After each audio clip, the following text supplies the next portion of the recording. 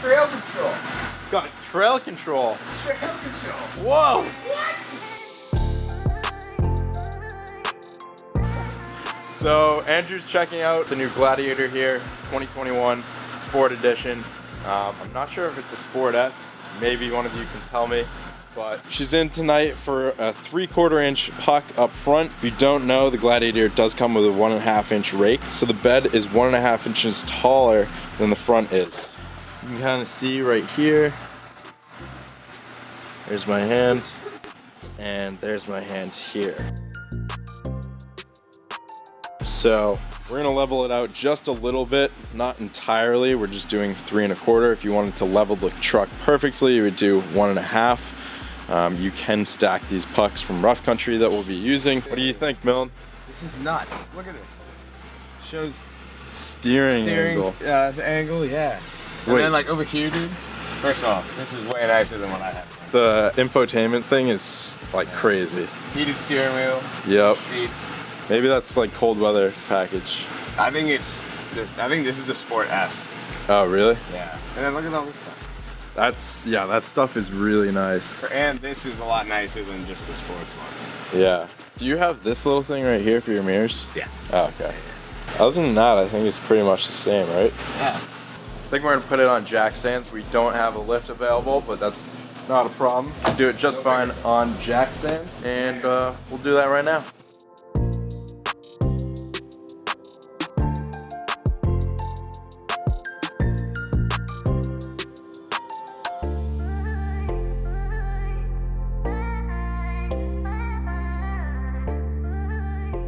So after pulling off your front wheel with a 22mm socket, we're gonna come underneath the front axle. Wow, is it clean under here? Crazy. So we're gonna come to the front drive shaft. We do have to remove the drive shaft and some suspension components as well to drop the front axle so we can get those coil springs out and the pucks on top.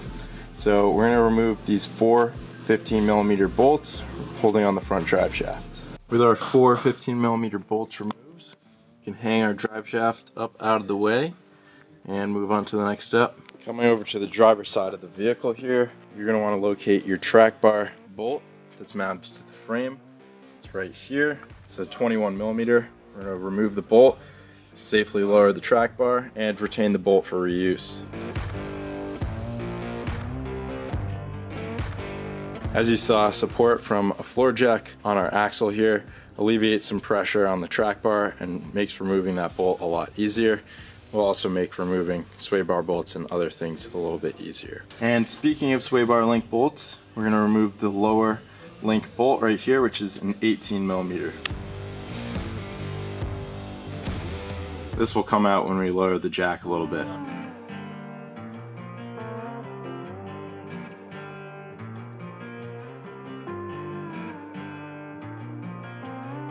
Now using the same 18mm socket and 18mm wrench, we're going to remove our lower shock bolt right here.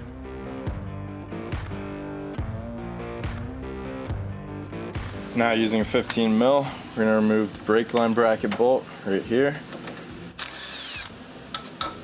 While we're over here, we can also disconnect the actuator connector right here. Oh, dude, you broke it. Oh my God, you broke it. Kind of a nuisance, but you just pull back the little gray tab and then you can release it.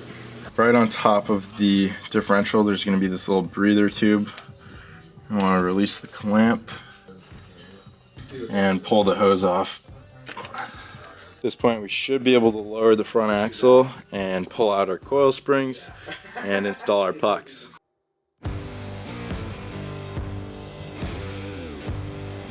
So the easiest way to pull out the coil spring is to pull it back and out. We found. Pull this sucker out. So here's our stock isolator cup. We're gonna cut these little nipples off of it with some snips and we'll stack up the new rough country puck. So I guess it doesn't matter for mine then.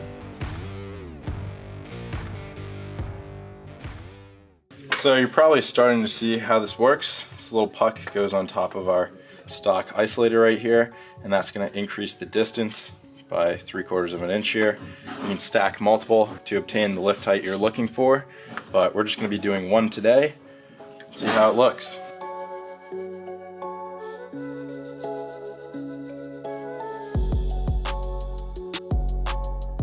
Alright, so that's it. Our new rough country little coil spring spacers are installed here. All we have to do is put the axle back on. So it's time to reverse the entire process of what we just did. We're gonna raise the axle up, bolt back on our shocks, our sway bar links, our brake line brackets, reattach that breather tube, plug back in the actuator, unhook our drive shaft, bolt that back on, bolt back on our track bar, and we'll put the wheels and tires back on and see how it looks.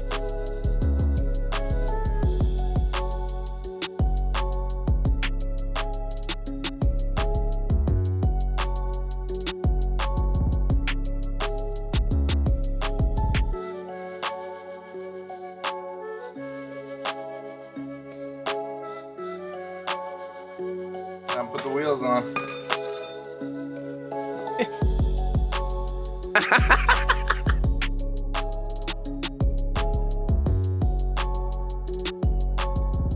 Alright, we're all bolted back up. Time to put her down on the ground.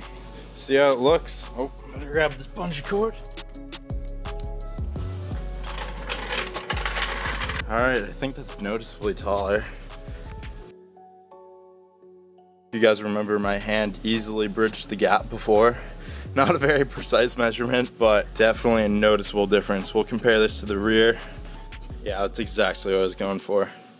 I'll get you guys some precise measurements right now. So up front from the ground, dead on center with the axle, we're looking at 36.5 inches. And just to compare, in the rear here, from the ground, on center with the axle, just a little bit more than 37.25. Yep, 37.25, which is dead on. So props to rough country. I was expecting it to be a little bit off, but it's like dead on 3/4 of an inch. We'll see how that changes with time and how they break in. But it would appear we leveled the front 3/4 of an inch, raised rather. We didn't level it, but yeah.